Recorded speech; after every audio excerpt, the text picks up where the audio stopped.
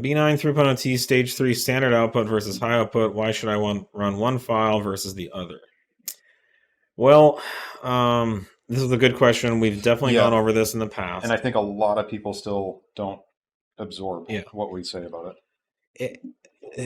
Stage 3 tunes are safe, but the more boost you run, the further you take the fuel system, the closer you get to the potential failure or problem that you might have. Your weak links are going to be, the link that's holding it together, as with anything. So I've described this before. It's like if you're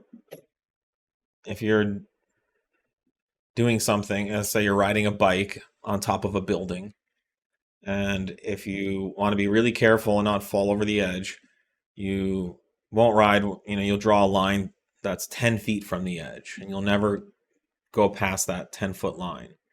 Could you still go over the edge? Yeah, but with 10 feet, the chances are pretty small, right? If there's a problem with the bike and you lost control, you could fall and slide 5 feet and you still wouldn't go over the edge. Now, can you push that line to 5 feet from the edge? Absolutely. Is it still safe? Yeah, definitely. But what if you fall and you slide 5 feet? You're probably going to fall over the edge, So in the rare instance that something goes wrong, you're right there. Now, could you ride within 1 foot of the edge? Absolutely. It's very safe. But if you lose your balance and fall, you will no longer hit the building. You'll just fall off the side. What are the chances of you falling off the bike? Pretty low. I ride my bike every day. I don't fall off ever. But could you fall off? Yes. And what would happen? You'd fall off the building. So with these, what we're trying to do with the standard and high output files is give people the options of how close to the edge do they want to get. All these files are safe. All these files are calibrated and engineered with factory safety systems built in. But the closer you get to the edge, the higher the chance of something going wrong if you fall. Okay. And so if you're a very safe person, and if you can't afford to fall off the edge and you don't ever want to get close to, then we created the standard output file for you. This puts the tune and the calibration well within the fuel system capacity. These files run a lambda of 0.89 or lower on E85, and on pump fuels, they will go sub 0.8. They have plenty of headroom in place. Even if one of your injectors gets slightly clogged and loses output, you're not going to fall off the building. You're going to fall over the line, but you'll be okay, right? So at some point, you'll get a code or a misfire for having an injector or fuel system issue, and then you can investigate that without blowing up your motor or anything like that. Now, there are people out there who have a higher appetite for risk. I watched a video this morning of a guy in a squirrel suit who jumped out of an airplane.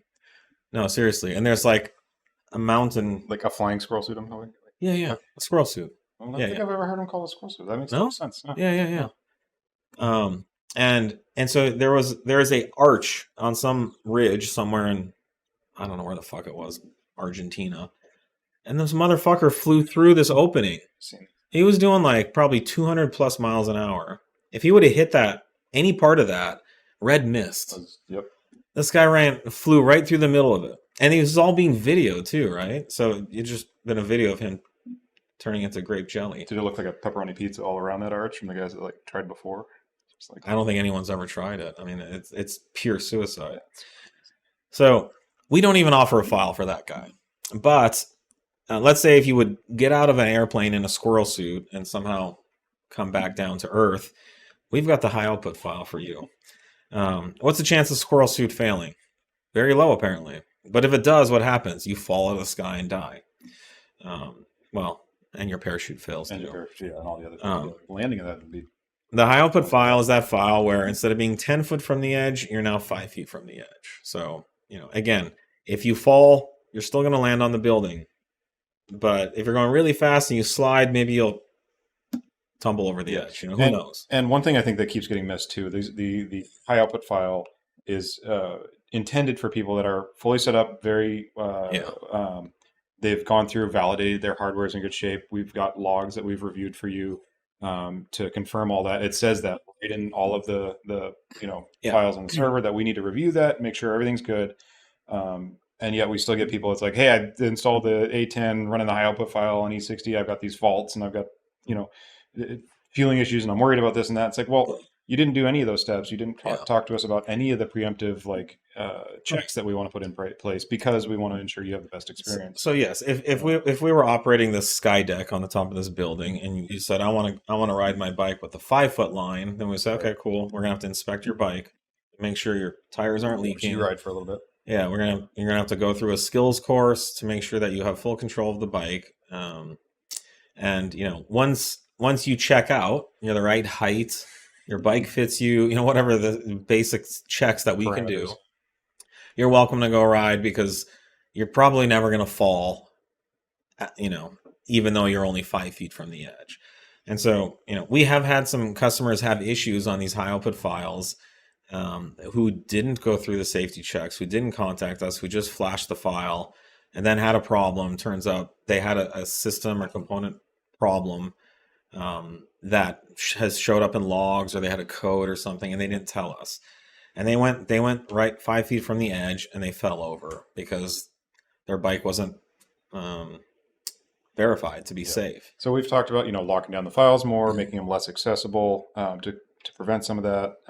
We have, although we're very clear already about do not run this file unless you contact us, and we do a log check, etc. So I don't believe any other tuner is offering this for these turbo tunes.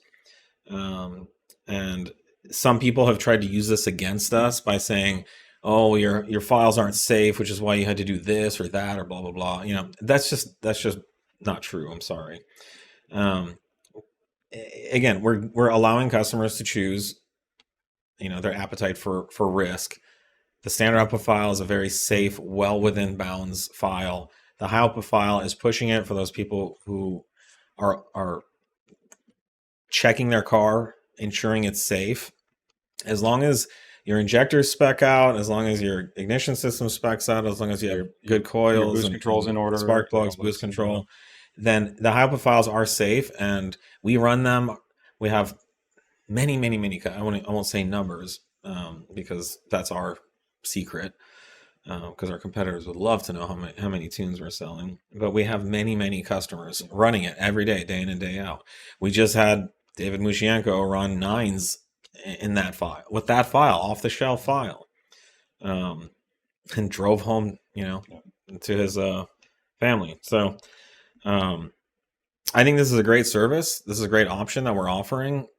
From my view, it makes 034 the absolute no-brainer choice. Yeah, and keep in mind too, like, people are like, well, X tuner is going to make a bunch of power and have a safer or whatever design tune. How? That margin is we're not just making up this limitation. There's the hardware constraints that everybody is working within on these systems. So you cannot make any more power with any less compromises. If somebody's making more power than us, they also can't be safer.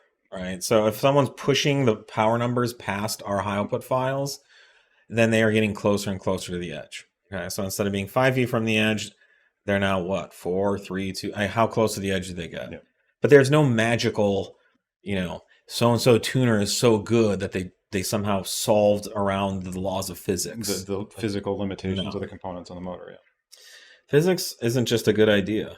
It's the law. So, but there's a lot of people who are bullshitting, lying about what they're doing, and we're being very honest and transparent about what we do for these tunes and calibrations. One of our competitors is having customers who have problems sign an NDA, so they can't even say anything. So you stopped hearing about the failures because their customers are sworn to secrecy. If they get a solution from them, they have to sign an NDA.